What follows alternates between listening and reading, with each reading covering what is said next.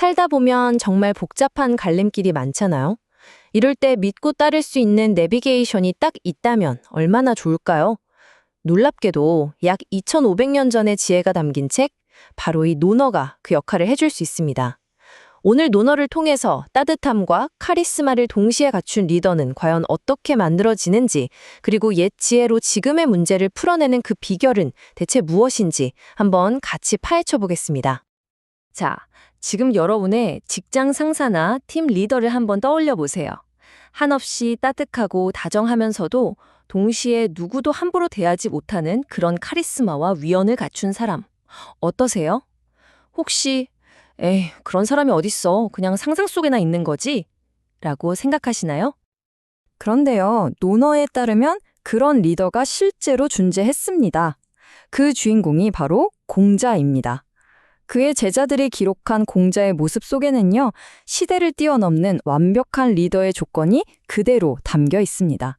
자, 그럼 한번 자세히 들여다볼까요? 바로 이 구절입니다. 자온이려 위불맹 공이안. 이게 공자의 인격을 세 가지 완벽한 균형으로 딱 묘사하고 있는 거죠.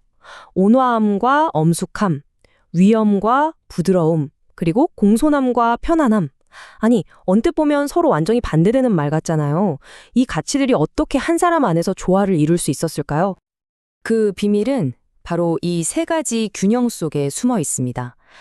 각각의 덕목이 가진 깊은 의미를 이해하면 공자가 보여준 리더십의 본질에 훨씬 더 가까이 다가갈 수 있거든요. 자, 하나씩 차근차근 살펴보겠습니다. 첫 번째 균형은 온이려, 즉 따뜻함과 엄격함의 조화입니다.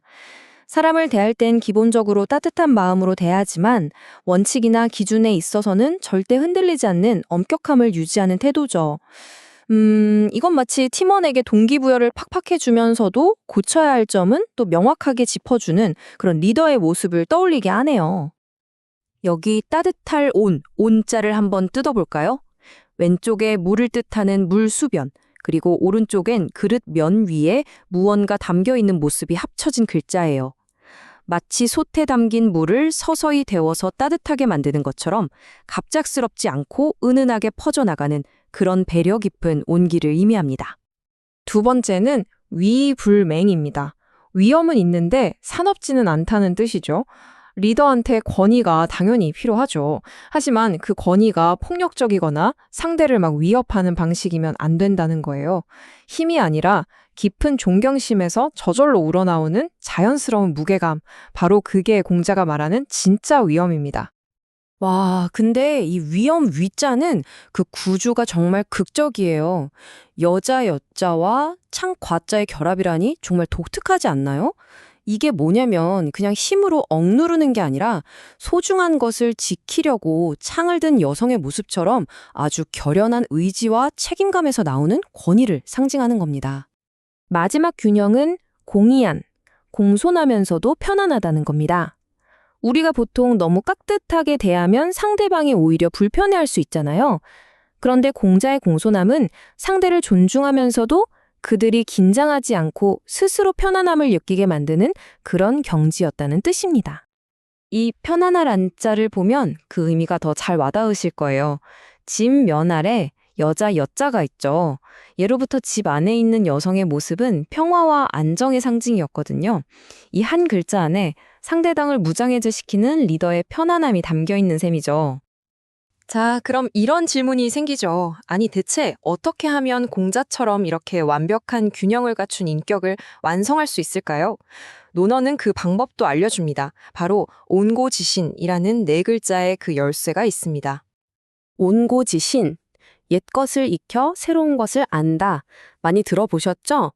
근데 이게 단순히 옛날 지식을 복사해서 붙여넣기 하는 그런 게 절대 아니에요. 오히려 과거의 경험과 지혜를 재료로 삼아서 지금 당면한 문제에 맞는 완전히 새로운 해법을 창조해내는 과정에 훨씬 가깝습니다. 사실 이게 공자 스스로가 평생 실천했던 수양 방법이었어요. 그는 옛 성현들의 가르침을 깊이 파고들었고 그 지식이 지금 내가 사는 세상과 어떻게 연결되는지 끊임없이 고민했습니다. 그러니까 과거와 계속 대화하면서 미래를 여는 지혜, 그게 바로 온고지신의 핵심 프로세스인 거죠. 자, 그럼 이런 원칙들이 실제 우리 삶에서는 어떻게 작동할까요? 이 고대의 지혜가 현실에서 어떻게 힘을 발휘하는지 제가 두 가지 이야기로 생생하게 보여드릴게요. 하나는 요즘 흔한 사무실 이야기고요. 다른 하나는 위기에 처한 어떤 마을의 이야기입니다. 여기 김 과장과 이 대리가 있습니다. 김 과장은 온화함, 위엄, 공손함을 모두 갖춘 딱 공자 같은 리더예요. 반면에 이 대리는 머리는 좋은데 자기 능력을 너무 믿고 좀 독단적인 스타일이죠. 어느 날 이 대리가 아주 중요한 프로젝트를 맡게 됐어요. 이번에 내 실력을 제대로 보여주겠어 하면서 팀원들 의견은 싹 무시하고 혼자서 일을 처리하려고 합니다. 그런데 프로젝트는 점점 꼬여만 가고 결국 큰 어려움에 부딪히고 말죠. 그때 김 과장이 조용히 다가와서 조언을 합니다. 막 다그치는 게 아니라 조언을 건네면서 따뜻함, 온을 보여주고요. 그러면서도 협력이라는 원칙은 단호하게 짚어주면서 엄숙함, 리를 잃지 않죠. 이야, 이게 바로 온이려 리더십의 힘입니다. 김 과장의 조언을 들은 이 대리는 자신의 태도를 반성하고 팀원들과 힘을 합치기 시작합니다. 결국 프로젝트는 멋지게 성공하고 이 대리 역시 이번 일을 계기로 한 단계 더 성장하게 됩니다. 자, 이제 두 번째 이야기로 넘어가 볼게요. 평화롭던 한 마을에 곧 도적대가 쳐들어올 거라는 흉흉한 소문이 퍼집니다. 근데 큰일 났어요. 마을 사람들이 너무 오랫동안 평화롭게 살다 보니까 조상 대대로 내려오던 무기 만드는 기술이랑 싸우는 법을 전부 다 잊어버린 겁니다. 절망에 빠진 마을 사람들 사이에서 한 청년이 이렇게 외쳐요. 아직 포기하긴 일러요. 우리 조상들의 지혜를 다시 찾아야 합니다. 옛 기록에 분명 답이 있을 거예요. 지금이야말로 온고지신의 지혜를 쓸 때입니다. 바로 이 슬라이드가 그 승리의 과정을 보여주는데요. 마을 사람들은 힘을 합쳐서 옛 기록을 뒤져 무기 만드는 법을 복원하고요. 지금 구할 수 있는 재료에 맞게 기술을 살짝 바꿉니다.